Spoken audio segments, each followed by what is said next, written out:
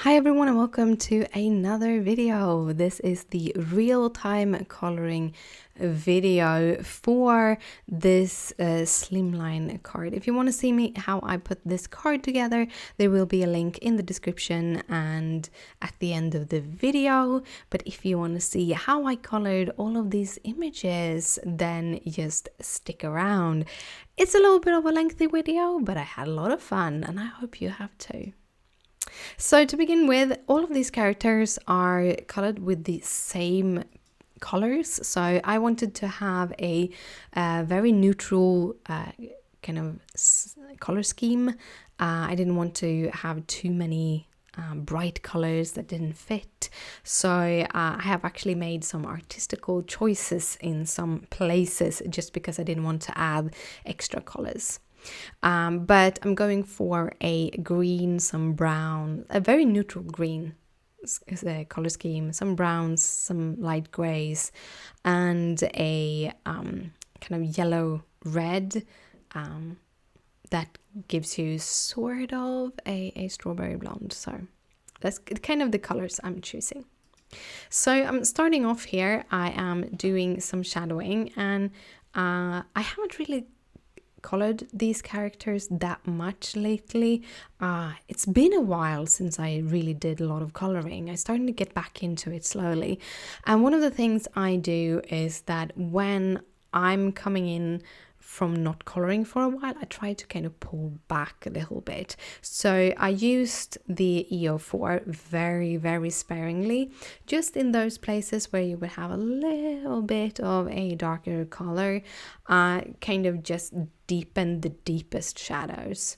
Then I'm going in with the E11 and I kind of blend out the EO4, add just a little bit more color in those places.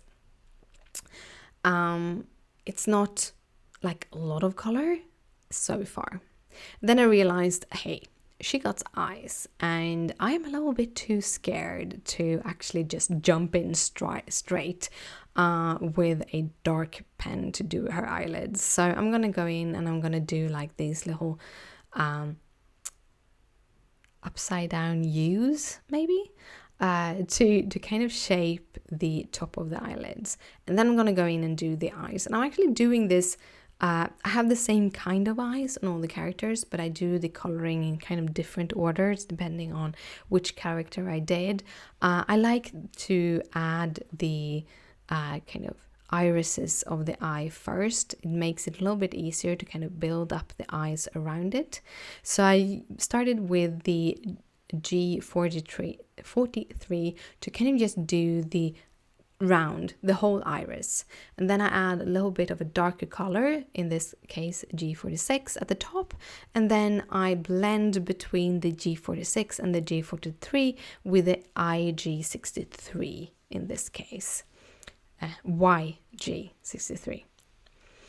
Then I'm going to shape kind of the whites of the eyes, and I do that with the B60 and B63, just adding where the kind of eyelid shadows the eye, and not so much more. I add a little bit of a red dot or a pink dot where you have that little squishy thing in your eye. I like having that. It makes it easier for me to shape the eye when I'm coloring, but also it makes the eye look a little bit more realistic. Then I added this teeny tiny dot of the EO4, and I actually see on most of these characters that the EO4 doesn't get blended as good as it needs to be. So I would probably, in the next time I color the Bobby Brown, is it that? Something brown anyway, characters, the BB characters from my favorite things. Bernie Brown? Not something like that. My memory. I'm not going to stop this video to look it up because I'm going to be here for an hour. So let's just continue on. But when I color these images the next time, I think I will omit that little EO4 dot. It's not needed. Then I'm going in with the E21, and this is where I start the shading. This is my mid-tone. I have 5 tones of skin tones, and the E21 is my middest tone of them, and that is the pen I use to add the shadowing across the eyes. So if you look at the face, you will see you have kind of a bump, inwards bump, just over where your eyes is. And on children, that is enhanced. You see it more, and because cute characters usually are babies, or small children, I try to kind of mimic that when I color. I then go in with the E00 and just blend out the E21, leaving this teeny tiny kind of line just above your eyebrows that is gonna be super light, because that is where the light will hit. So that will be colored with the E50. For the rest of the body, I just actually color in so they don't get that lightest highlight. And that also helps the face to stand out a little bit more than the rest of the skin.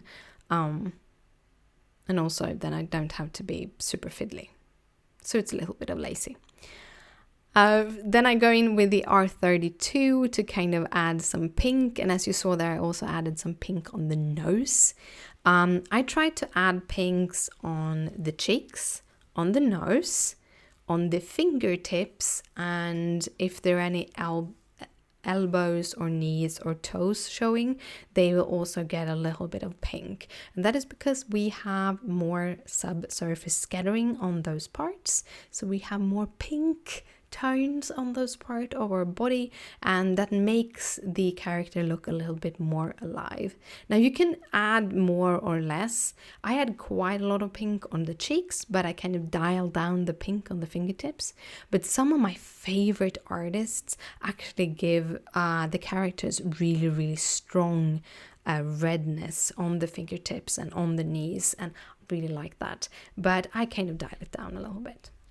For the mouth, I go in with the E04 and the E11. You could also go in with the E04 and the R32 to add a little bit of depth into it.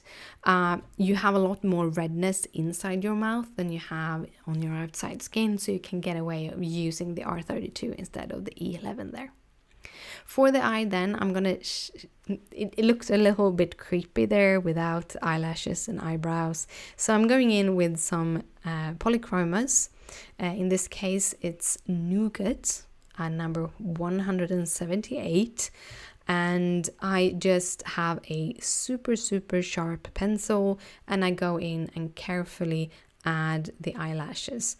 Now I'm gonna go over this and cover like most of it with walnut brown. However, I feel a little bit more comfortable going in with the E78 because it's so light that you can carefully erase it, or you can color over it so you don't, if in case you do something a little bit wrong, it's not that bad. For the eyebrows, I go with pretty straight, pretty small eyebrows. Children usually have smaller eyebrows than adults have, so that's kind of why I go for that. It makes the character look a little less evil or something, like a good little child.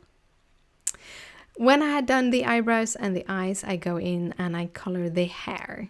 So here I'm using YR20, 21 and 24, and kind of just started by adding the highlights. Now the difference between the YR21 and the YR20 is very, very low. So if I would redo her, I would not start with the highlights. I would try to figure out the highlights in my head and leave that white to begin with, and just have one layer of YR20 and maybe 2 layers of YR21 and YR24 to give it a little bit more depth. And as you saw there, I went outside the line, so I went in with my colorless blender and kind of just pushing the ink towards the hair. What you're really doing is kind of pushing the ink inside the paper. but when the colorless blender kind of moves in the paper, it will also push it to the hair. So I try to make motions that goes towards the hair. If you make motions that goes outside the hair, you will actually spread that color. It will be lighter, but you will spread it towards the outer limits, and so it's better to kind of try to push it towards the character so it disappears, or somewhat disappears. So here's my second layer of the YR21, and she's just adorable. I could have left it here, and I think it would have had a little bit better texture. However, I wanted to blend it out, so I did, and that made me lose a lot of that contrast. But hey, you know, hindsight, the big thing.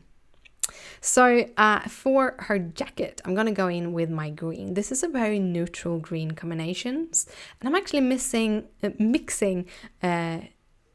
greens and the yellow greens. So I'm going in with G43, which is just a pure green. Then I'm going in with G46. These are kind of muted greens. The higher the first number is, the more muted the color is, the more towards the gray spectrum it is. But yeah, so I'm going in with this as my darkest color, and my mid-tone is the YG63. It's this yellow color, but it actually fits really, really good in this combination. But you have to go over with the G43 for it to be a good combination. If you place them next to each other, you won't get the same effect.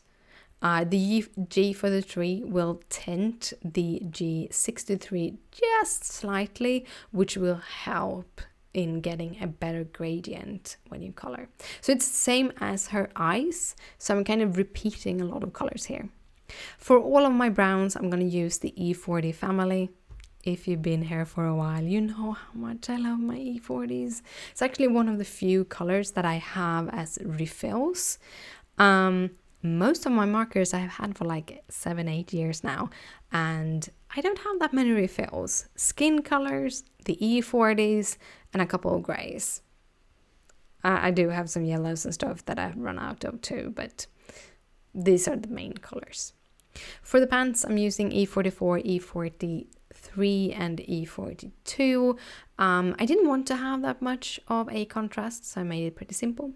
For the shirt, I start by adding a little cast shadow from one of the sides of the shirt, and just a little rounded shadow on the other side. Then blend out the rounded shadow, but not the cast shadow. I also blend out the rounded shadows on the socks. And yeah, I'm going with the zero colorless blender to kind of remove any kind of lines that the TO would have given. Then I go in and make her shoes. I use the T8 and the T6, but honestly, you can use just the T8. You do not need to shade those shoes. They're way too small. For her backpack, I'm making it a brown leather bag. I kind of liked it, the idea of just being super neutral.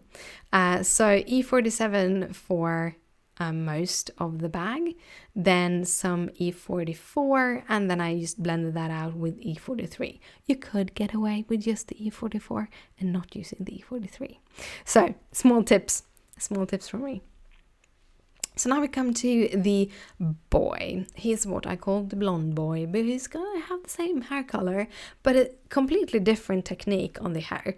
All of these characters are pretty different when it comes to the hair technique, or in which order that I colored the eyes, and using pens, because yeah, I've used Polychromos on these, but just for the eyes and a little bit for the hair on this character.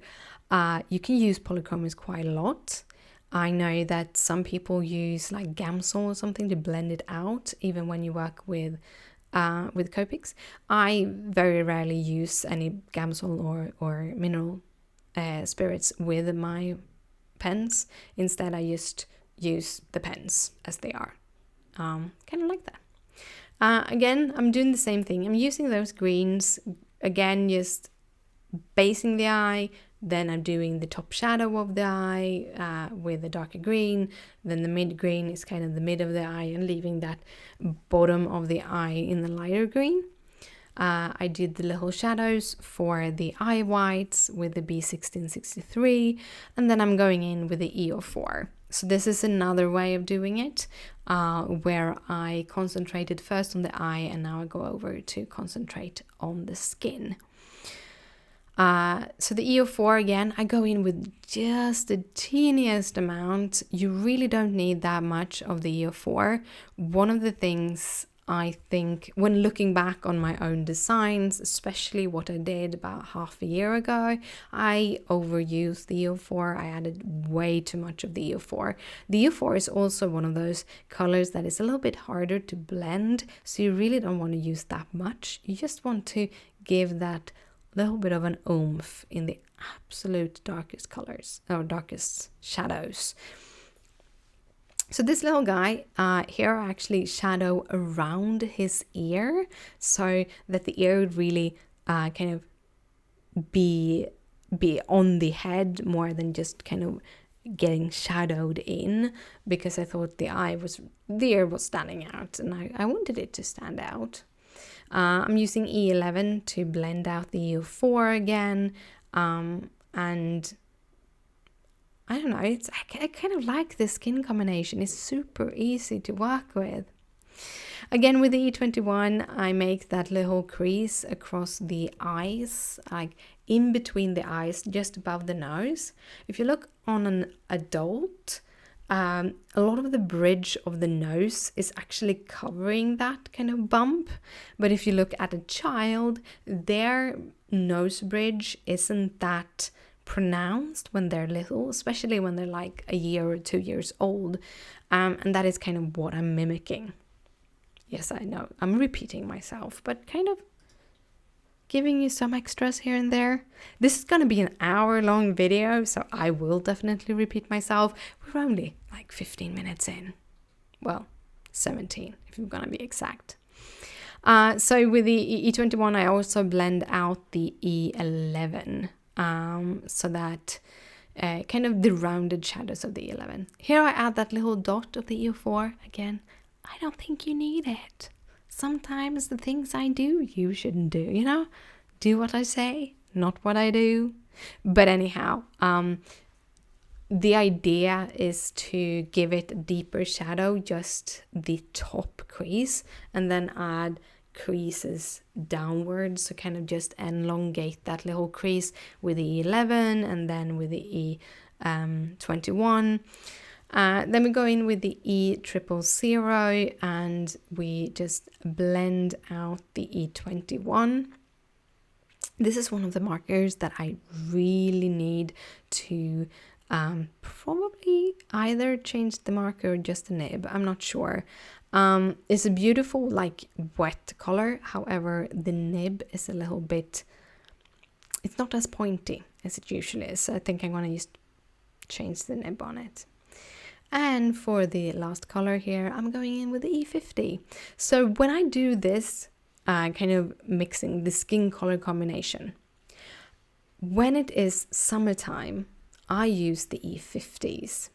And when it's winter time, I use the E000 because the E000 is a little bit more pink, and in the winter time you lose a lot of your pigment, and therefore the pink will show through much more than it will in the summertime when you have pigment that kind of hides that. And I'm very, very pale, so even in summer I'm still pale, I'm still white, however I'm not as pink. So that's kind of the reason why I did that. And again, I added some pinks. And then for the last part here, I'm going in with the pencils. And this is actually important. These pencils, because you can use things like Gamsol or mineral spirits to blend them, basically melting them. These are oil-based, while Prismacolors are wax-based, but you can use any of them. I just feel that I get a better point on the Polychromos. Anyhow, because you can use them with your mineral spirits, if you color over them with your Copics, you will melt them. And here's the thing, when you do that, that wax or oil can actually stick to your markers. So never ever go over a already colored an area where you have colored with pencils with a Copic marker, because you can ruin your nibs completely. In that case, I think it doesn't kind of wander up inside the pen, so you could probably just change the nib, but they're quite expensive, so you could just not color on top. But yeah, that's a big tip from me. Be careful around already kind of pencil colored images. So when you will always use your pens as the last thing. So here on this little character, I'm giving him multiple shines, which looks, I don't know, I wasn't really super happy with it. That is why I was then going to work with some pencils on top at the end. Also for his eyebrows and so on, those will get darker. So I started with nougat there, and then I kind of let it be because I wanted it to sit a little with me, and then I colored the hair. And after I colored the hair, I felt it got too light, so I'm gonna go in with other colors afterwards. But here I first did the highlight, and then I go in with the darker color in between the highlight. Then I blend out the darker color kind of towards the highlight, and then go in with the highlight color again. Then I go in with the darker color again because I didn't like the result that I had. So now I'm gonna kind of figure out, but if I do it this way, which is basically the same, I don't know, sometimes you're like, I'm doing it so much differently. No, you're not. You're basically just coloring in the same places. You're adding just a little bit, and this time it just didn't work. Sometimes it doesn't work. Sometimes what you do doesn't work, and then you have to take the decision. Do you want to do the recoloring, or do you try to fudge it, or do you just don't care that time and just let the character be and be a part of your design anyhow, even though he is not 100% the boy you wanted him to be? In this case, I think he's about 95% of what I wanted him to be at the end when I'm fully finished, so I kind of put him on the card anyhow. I wanted him to come out and play too, you know? Don't want him to feel left out. Just want him to be happy. I want everyone just to be happy. So I did want to kind of go in and add some to the eyebrows and the eyelashes. The boy eyelashes, I don't give them like a little wing at the end. I just tried to make them slightly thicker towards the outer edge of the eye. Otherwise, I tried to just make them pretty flat. And I use the raw umber to do that because it has this like more of an orangey brown. So I thought it would fit better with a blonde than for the blonde girl that had walnut brown eyelashes. But that there, I kind of like, but she just put on some makeup, you know, just a little bit of makeup. For the boy's pants, I'm adding some green. So I want him to kind of, well, maybe he stole her pants that matches her shirt or something. I don't know. I'm using the same colors because by using a limited color scheme, it's easier to both make kind of the background design fit together a little bit, but it will give you cohesion. If you ever feel like your creations doesn't look too busy, everything you do just look too busy, try to reduce your color scheme. Try to use just a subset of colors and try to make that subset contain a lot of neutrals. In my case here, I have two neutrals. One is the E40, the brown of the E40s. That is a true neutral brown. And it looks beautiful. Sometimes if you match it with the right colors, you can make it look almost like gold, even though it's just brown. It's just amazing. I really like that color scheme, or the E40s. And then I used a toner gray.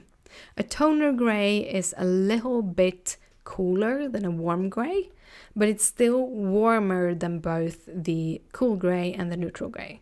So because the E40s, even though it's very, very neutral, it is a little bit warm, I wanted to kind of add that warmth. However, the warm gray and the brown, the E40 brown, they're a little bit too close. I don't like combining images because it gets too neutral, sort of. Well, anyhow, here I go in and fix the hair. I did use the T8, so a dark toner gray on the shoes also. And then I go in here and I just add some color and give him a little bit more of hair strands. Usually when I color in like tufts of hair. This is actually something I learned from Zoe. She was the owner of Make It Crafty. Really wonderful digital stamps. So sad that she decided to close down shop. But she kind of taught me some of these ways of doing it, and I'm just super thankful to her.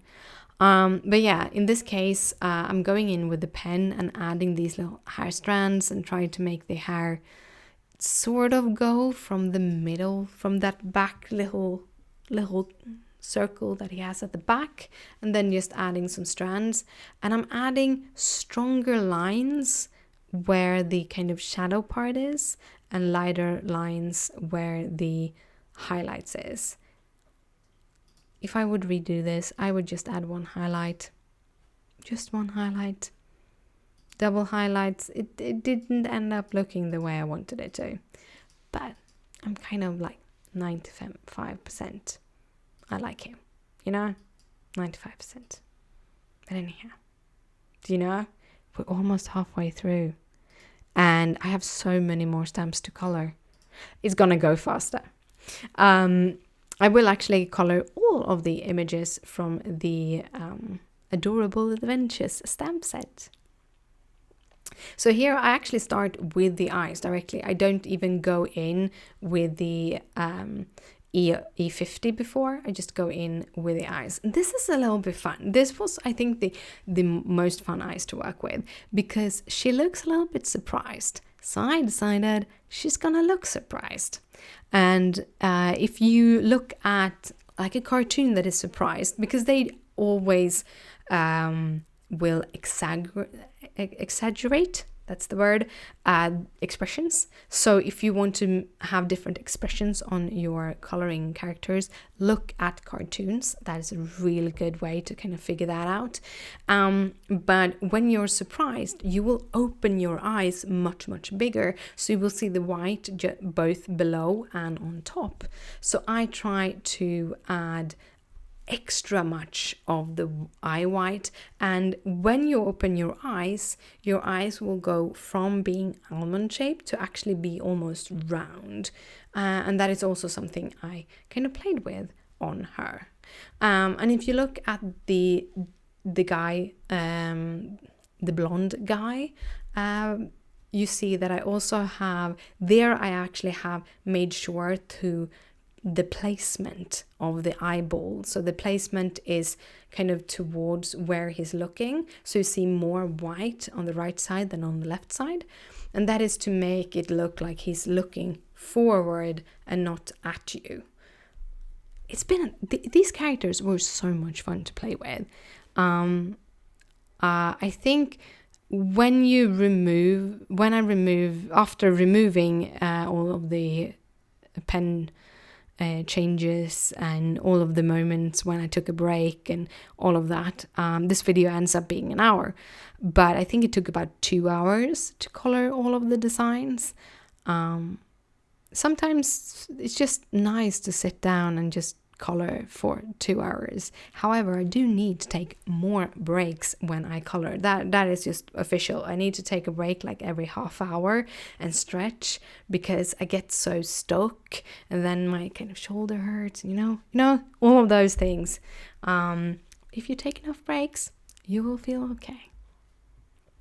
So here I'm going in with the E11, and you see here with this E11 I actually go in and start shaping a little bit that little eye bump that I've been talking about, but just on the right side, just slightly on the right side. And then I'm just gonna elongate that with the E21 and add it in the middle with the E21. I have previously added E11 in the middle, but it's too dark because you want it to look like just like a little bump. You don't want it to look like a hole in the head. And if you use like E04 or E11 between the eyes, it kind of looks a little bit strange. Sometimes if you add a little bit too much E21, it can look a little bit strange then too. Here I actually, for her body, it's just her fingers that is shown and a little bit of her throat. So I just went over with the E21 completely over the fingers because, hey, you don't have to add details everywhere. And then I just blend out the E21 again with the E11. And here you see my pink hair. I think this is the only place where I actually kind of just bent over the table when I colored. I think it was because I started to get a little bit tired. I hadn't had a break until this image, so I've been probably sitting for like an hour. It's a half an hour in this video. So yeah, so I went actually away, took a little break, and then I started coloring again. That is also, it's very important when you are coloring. If you start feeling that things doesn't go your way, you might just be tired. You might just need a break. And sometimes when the creativity stops flowing, you might need to take a break for a day or two. You never know. Or go out on a walk. That might also be a good thing. But yeah, again, I'm adding a little bit of pink. Didn't really do that much with her mouth here. I'm just add a little dot of a pink in the mouth to give it a little bit of depth, but not so much more. Again, I'm gonna do the little eyelashes with Nougat. This is one of my favorite of the Polychromos, and you can see that because it's starting to get a little bit short. I do have those extension shafts to the pencil, so when it's too short I can add that. This is just on its way to get too short, so I think I'm gonna have to add that extension so that I don't kind of squeeze my hand together too much. After the Nougat, I go in with the walnut brown. Again, it's really important when you do this to have very sharp pens. So I have the Faber-Castell little grey hand sharpener. I like that. Some people don't, but I really like that one. So I use that regularly, usually multiple times during a coloring. For just her eyebrows and her lashes, just make sure that it's freshly sharpened when you start with it, and you shouldn't need to resharpen it while you go. For her hair, she has braids, and braids are really fun to color. So I went in with the E47 and the E44 and the E42, just to add brown hair, because I realized that I can't have 4 blonde children or raspberry blonde children out in the forest. They need to have a little bit of difference. So I gave this little girl and probably her brother also brown hair. So they're not the blondes are siblings and these are siblings, or the other two are siblings, I think. And they're out on their adorable adventures in the forest and the mountains. I had so much fun making this card. It was so much fun, kind of building a little story For backpacks, I actually accidentally forgot about the E43 here. I kind of realized somewhere here that, oh yeah, I was supposed to blend that. Let's just don't. And then I also gave her a green jacket. I was considering, around here, should I add a blue so that I get blue jeans? But I just didn't want to have more colors. I just felt it would be too busy with another color. So I just, well, we're going to use the colors here. Also, I make these shadows. They're not they're not in the right place because I made the light fall on her face, and then I made the shadows based on the jacket, based that the sun comes from the side of the map, and then I again, which I do in the rest of her body, and I'm not sure I did that on the map itself. I think I went back to the old shadows, but it looked good. So there's two suns. We're not in the real world. Anyhow, for our pants, I went in with the E40s again. I thought, well, brown is a good color. And this kind of matches the other girl, but they will not be on the same layout. So the blonde boy and the blonde girl will be on the outside of the card, while the dark-haired girl and the dark-haired boy will be on the inside of the card. So doesn't, just because they kind of match isn't that important, but a fun thing. You could use this for like scouts and stuff. That's kind of why I bought it. I have so many people that I know that have scouts in the family. Like my sister is a scout, my nephew is a scout, my brother's nephew, my boyfriend's nephew is also a scout. I have friends all over the world that are scouts, so I thought this would be fun to color them like scouts and Swedish scouts, because I was actually a scout when I was little. Not for a long period of time, because I'm super scared of bugs and don't like the outside, and I hate to camp. But anyhow, the shirt's color is actually green for Swedish Scouts. I don't know if it's other colors for other places. I think I've seen blue ones before, but I know that the ones I had was green. So yeah, we can have a whole story time about how I was in the Scouts and we went to this big Scout camp and I cried for about an hour, and then my mom took me home and my sister got to be on the camp herself, and she wasn't very happy about that. Well, she probably had a really, really great time. I wouldn't have had a really great time.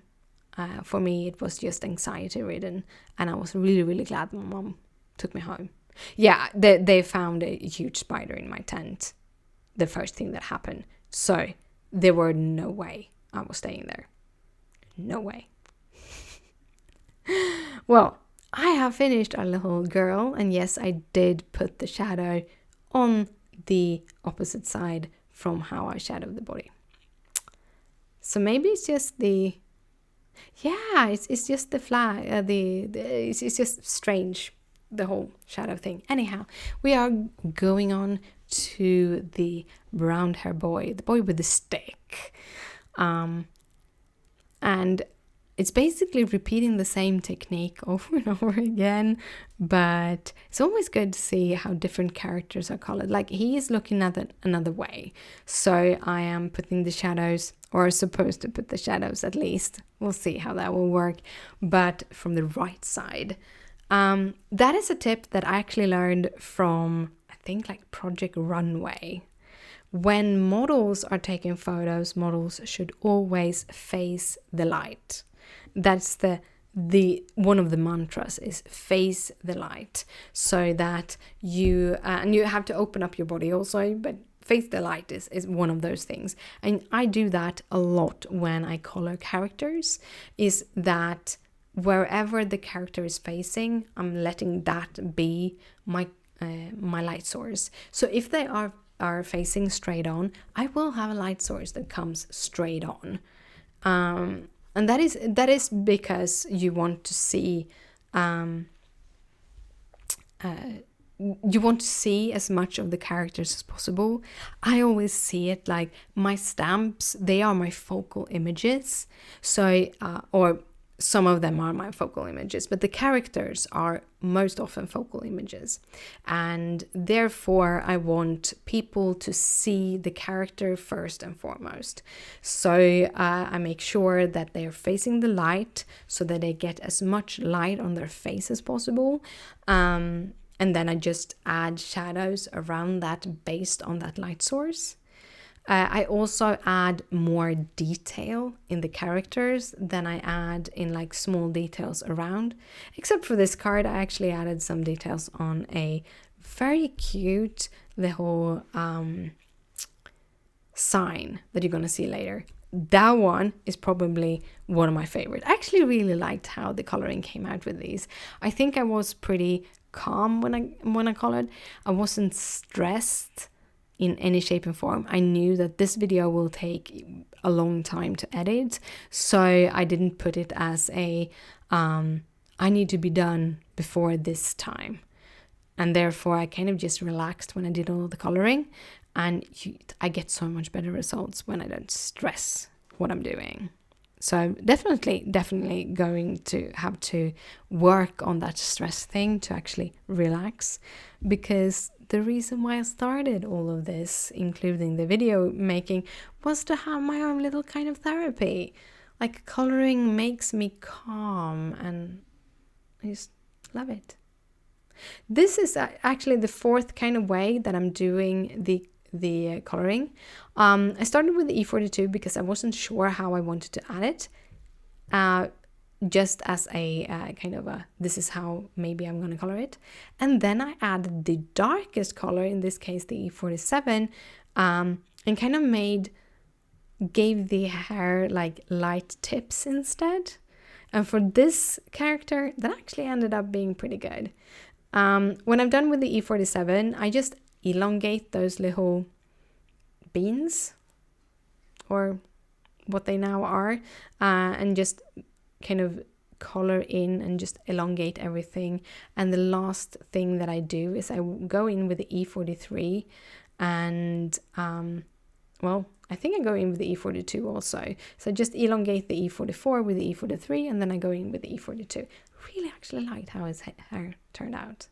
By the way, I finally got the angle thing remembered. Do you think this is a good angle? It's one of those balance thing. If I try to angle it a little bit more, the images starts to become kind of disformed because of how the camera sees the image. So they will look a lot wider than they are. So I felt that this was the happy medium. But do you like it? Do you like seeing the nib better, so you actually see what I do with the markers? Because this is the thing, I hold my marker basically straight up when I do these small things. And by angling the camera, it looks like I'm holding it on an angle, which I'm not. But it helps you see the nib. Otherwise, when I do it on top, which I've had in a couple of videos here, you just see my hand. And I feel that isn't as fun or as good as this is. That this you can see a little bit better. Look, you see a little bit of my hair again.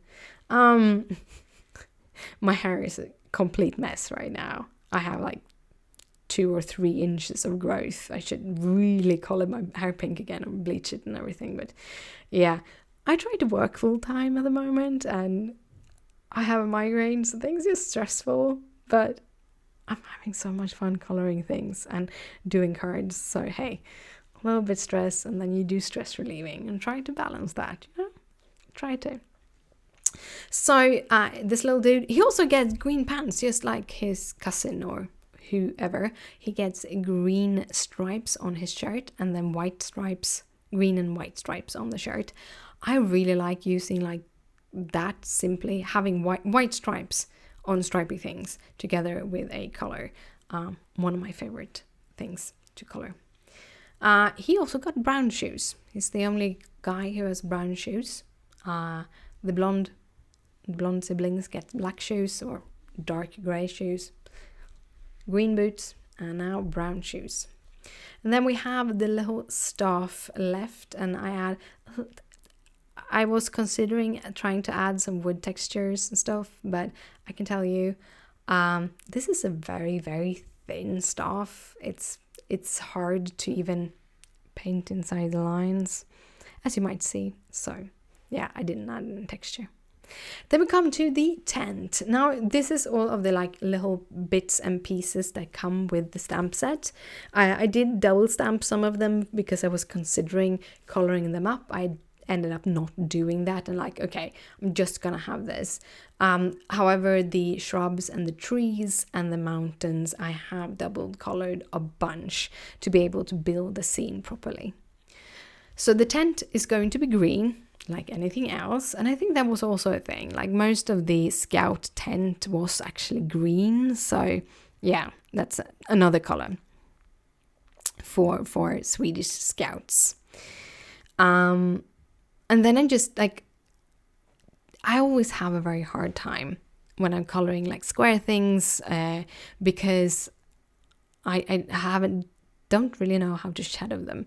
But this time I think I figured it out. I think I figured out how to do this. I really, really like how the tent came out. It's one of, like, I just liked how everything came out this time. And this is not me blowing my horn. It's just like, you want to make things that you're happy about. And sometimes when I make things, I'm not as happy about them. I feel stressed when I do them, or the creativity isn't flowing as I want to. But with this card, it's like everything aligned. Well, except for the inside. I should have done a watercolor background also on the inside. But hey, I kind of like it anyhow. Yeah. So I ended up making the tent green and then just the kind of bottom edge brown to give a little bit of contrast. This is, though, my absolute favorite part of the whole coloring. I had so much fun doing this sign. And it's pretty simple to do. I really, really wanted you to see it. So yeah, I start with kind of the greenery. I'm doing very easy, and this is how I paint all the shrubs, where you just add that dark in the middle and then elongate those kind of ovals outwards.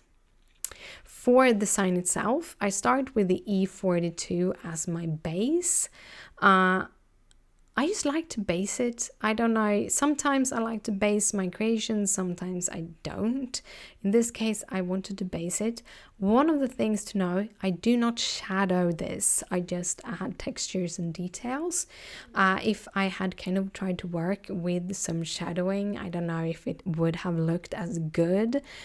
But yeah, this is how it turns out.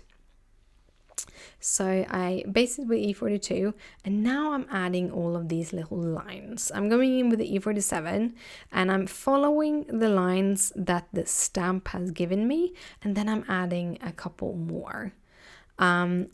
What I think about when I do this is that I want to be able to make this longer with the E44 and add more with the E44. So I tried to add not too many of these lines in the E47. I do add quite a lot of them, but I know that the E44 is supposed to kind of help me build this. But the lines I do is in the same angle as the lines that I do that are already in the stamp, to kind of go in the same direction as the stamp, to make it look more natural. So this is more like a wood grained sign. So now I'm doing the E44 for this sign pole. I just colored it in with the E44. But with these stripes here, I just make them longer and just add some extra of those stripes with the E44. And then I'm going to go in with the last layer, and that is E43, which is going to be the top layer. And the reason for going in with the E43 and covering it all is that the the lines can very easily stand out too much. And by adding the E43, not only will I get a little bit of a deeper color, but I also push down the E47 and the E44 a little bit deeper into the paper. So you get a little bit of a smoother effect of it. For my water bottle, again, I'm doing it green because this one is going to lie on the side of the tent. So I wanted to keep, the tent is going to be with green shrubs and trees. So then I also colored the little water bottle or flask or thermos maybe, green with gray details. For the little magnifying glass, I make the little handle look like wood with the same technique as I did for the sign, and then I just color in the rest of the details in gray, adding like a little bit of a shading to it. For the compass, I add a little shadow because you have that round border. I add a little shadow just next to it and then kind of lighten it too. That makes it look like the outer edge is raised compared to the inner edge as with a compass. And also I did make the little north arrow green instead of red. And that was one of those like, I want to add red because that is the north color for a compass, but at the same time I really didn't want to add red to the design, so I just made it green. And you can do that. You don't have to follow all the rules and regulations. And I made the outer edge of the compass, that's the word maybe. It's kompass in Swedish, so it's basically the same, just a little bit of a different pronunciation. But I made it like it was wood grain also. I had a lot of fun with wood grain. Wood grain is really fun to color. And then I'm gonna color these kind of trees, leaves. I don't know, I think it is trees, and I think they are kind of meant to be more paired with the mountains and be a little bit further away. So I colored them like trees.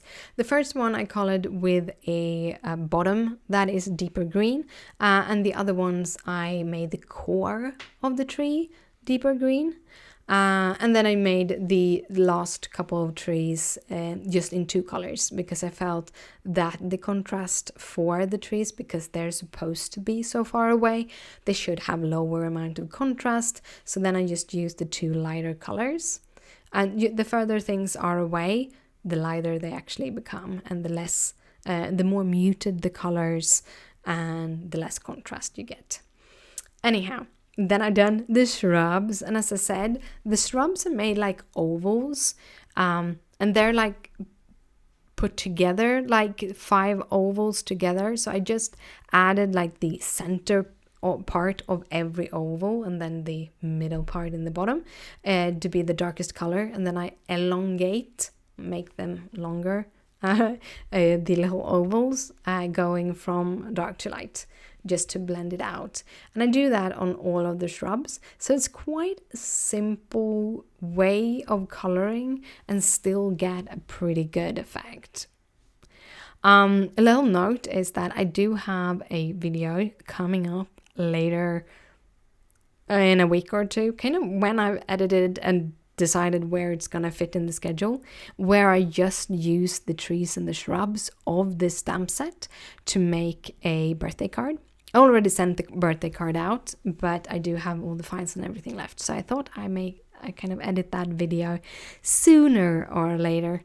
Oh god, I'm starting to lose my voice, but hey, we have 10 minutes left. We can do this, or I can do this. You probably have left already. Anyhow, if you haven't left, put like a shrub emoji or something in the comment section. That would be awesome. So I know that you're actually watching. But yeah, the shrub's pretty simple. And then I have one little tree left on this sheet, but I do have one more sheet to color. However, I do that pretty quickly and pretty just simple. So for my little trees, that's not trees, that's mountain.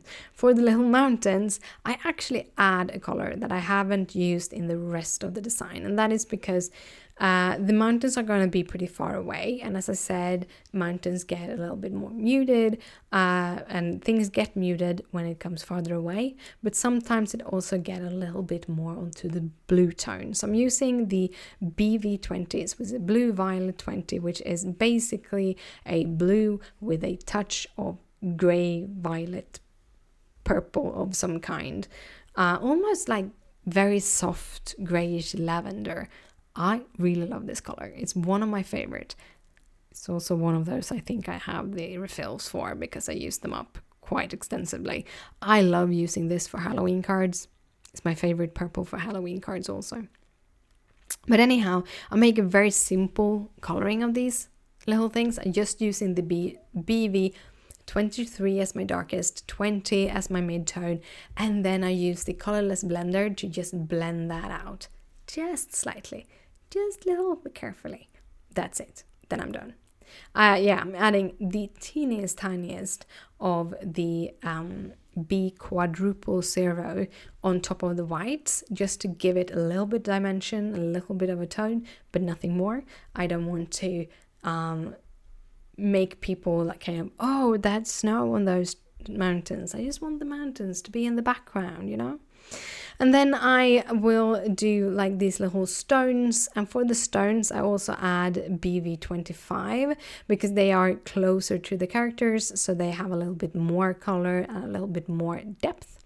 Both with the mountains and with the stones, it doesn't really matter if you are a perfect blender or perfect with anything, because they're usually, they have these little lumps and everything, so you can add a little bit of lumps and don't have to blend perfectly, and can look like the mountain has like a straight line just across it or something. I don't know. So that is a kind of a fun thing to think about, what you actually are coloring and if you actually need to put that much attention to them. So also these mountains will kind of cover each other. So again, I'm not that bothered that I'm coloring a little bit outside the lines, that the shadow doesn't line up as they should. There's a lot of those things, and I think it's okay. It's okay. Also, that's actually a little thing. As you saw there, on the first mountain on this one, I made a very thin line. On the second mountain, I made a little bigger line. And that is because shadows, the further away they are from an object, the bigger they are. They're usually also a little bit more muted. So if you have a shadow just straight behind you, so like you have the sun almost on top of you, you will see a pretty dark shadow just around your feet. However, if you have like the sun is starting to set, you will have a very long shadow behind you, but the shadow will not be as deep as it will be as it was when the sun was on top of you. And that works actually with basically everything. So if you are holding a thing in front of you and you have a bright light in front of you, that will be a thin and very strong shadow. If it has also is quite a short from you, but if you then stretch that thing much further away from you, it will grow. The shadow will grow and it will get more diffuse than it would have been before. So yeah, kind of a shadow theories there, if you wanted that. I don't know what to talk about. I've been talking to you for like an hour. Now I know why I shouldn't have a podcast. This. For these little stones, again, I really don't care what is real and what isn't. I just add a little bit of darkness here and there and lighter a little bit here and there, just to give them to look like they're a little bit lumpy stone things. I think many of these actually are back in my little bowl. I didn't end up using all of these things. But yeah, we're 2 minutes left. 2 minutes left. let's hang on. My tummy started to rumble. I don't know if you can hear that. I tried to fix the gain so you don't hear the background, because my boyfriend isn't here and he's sitting by his computer because, well, he's using this office nowadays too. Now, in these times, I don't have my office for myself. So I've tried to get the gain a little bit lower so you don't hear all of that. So you might not hear that my tummy is rumbling quite hard. I'm really hungry. It's about half an hour past my dinner time usually. But yeah, we're having tacos today, so it's gonna be fast. It's good with tacos. Yes. So I have a couple of more shrubs here. And again, this is... here, what I do here is that with the darker tone, I do these little ovals for the bigger of the ovals. While with the mid-tone, I actually add ovals also for the smaller of the ovals. So I have more kind of pokey bits for the mid-tones than I have for the darker tone. And then I just go in with my lightest tone, which is the G43 again. And just go over everything and cover up the last pieces of that shrub that wasn't colored. There's so many different ways you can color shrubs. Yeah, that was what I was supposed to say. Those shrubs and tree cards, they have different techniques on how to color these shrubs. But anyhow, that was all of the coloring for today. I hope you liked this video. If you do, and if you're left here, please thumbs it up. If you want to see more like this, and isn't subscribed yet, just hit that subscribe button. And also, if you have any comments or questions, just comment down below. Thank you again for watching, and I'll see you later. Bye!